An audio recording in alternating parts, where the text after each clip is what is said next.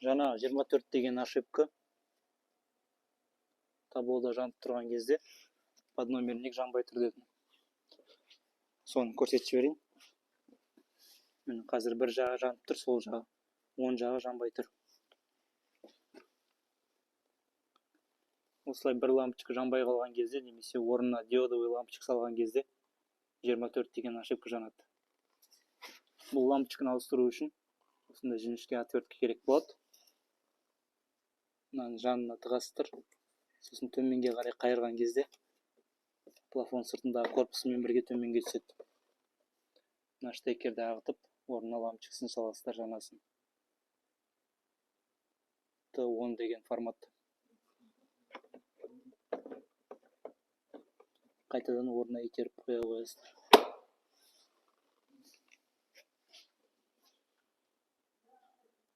Сонымен катар тормоздун лампочкасы жанып кеткен кезде 16 деген сан чыгат.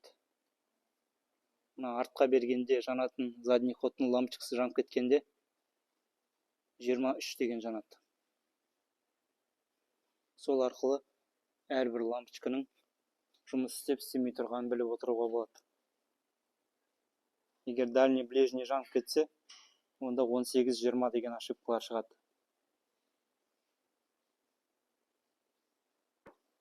Бул ошибкалардын маанасын билүү үчүн Google'га жазсаңыздар болот. Cobalt ошибки деп. Осылай ар санынын кандай лампочкага жооп беретин чыгарып беретин болот. Жанагы айткан 16 тормоз жанбай турса, тормоздун лампочкасы жанып кетсе, 18 сол жак ближний свет, 19 арткы противотуманка жанып кеткен, 20 оң жак ближний свет, 21-22 габарит, 23 жана айтып кеткен задний ход, 24 подномерниктики, 25-26 алдыңкы поворот. Сонымен катар 84 деген жануу мүмкүн. Бул козголткучпен белгилүү бир проблемалар болгон кезде жануу мүмкүн.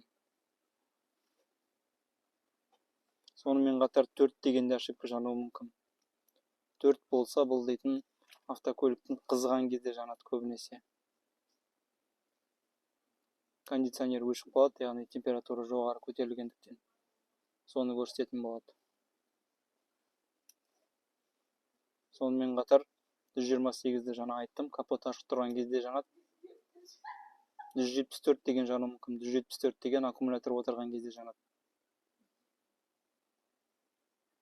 Сонымен катар 35 деген жанат кийде. Эгер мына автокөлүктүн килтинин батарейкасы отуруп калатын болса, сол кезде 35 деген жануу мүмкүн. Тагы да көп бул жерде. Ар бирөөнүн карап алсаңыздар болот. Google'да тур. Cobalt ошибки деп жазсаңыз чыгат.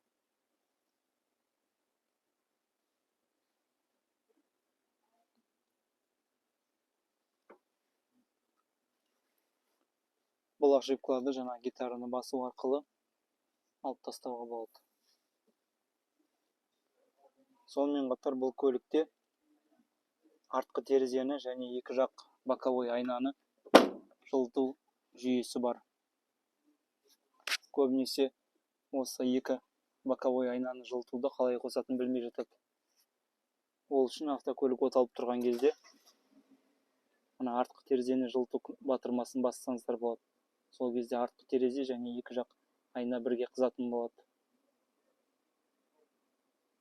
Бул механикада да, автоматта да барлыгында бар.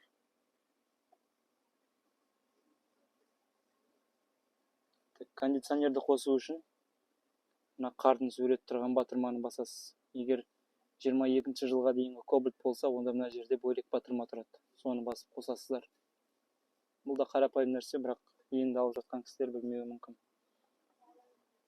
Сонымен катар бул автокөлүктө автокөлүк от алып турган кезде багажник ачылмайт. Міндетті түрдө кілтті суырып, сосын барып ашу керек. Немесе косумча осындай багажды ашатын батырма орнатып алсаңыздар болот. Тағы бір қызықты мәлімет, бұл көбінесе енді алған кезде болот. Заправкаға тоқтаған кезде мынау ашылмай жатат. іштен барып қарайды, іште ешқандай батырма жоқ. Бұны ашатын бұл көлікте. Көбінесе бұл жаңа заправкаға түсіп, автокөлікті кілттеп тастаған кезде мына бірге кілттенеді. Автокөлікті ашқаннан кейін бұл да бірге ашылатын болады. Ең алғашқы кездерде болуы мүмкін бұндай. Білмеген кісілер болса, мынау кілттеніп тұрған кезде бұл да жабық тұрады. Және де көбінесе хабарласып жатады, яғни артқы есігім сырттан да ашылмай қалды, және де іштен де ашылмай қалды деп. Есікті тартады, іштен ашылмай қалады. Бұл көбінесе артқы есіктің мына жерінде детский защита бар, балалардан қорғау жүйесі. Сол қосылып қалады.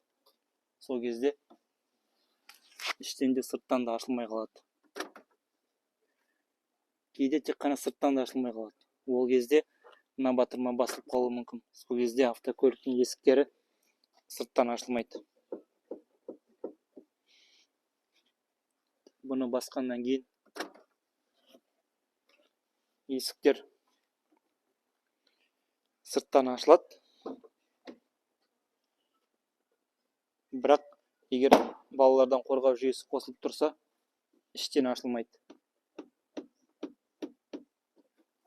Ол үшін есікті ашасыз. Ашқаннан кейін мына жерде міне балалардан қорғау батырмасы тұрады.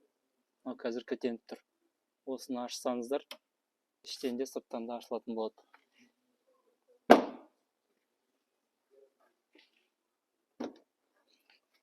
Іштен де сырттан да ашылып тұр.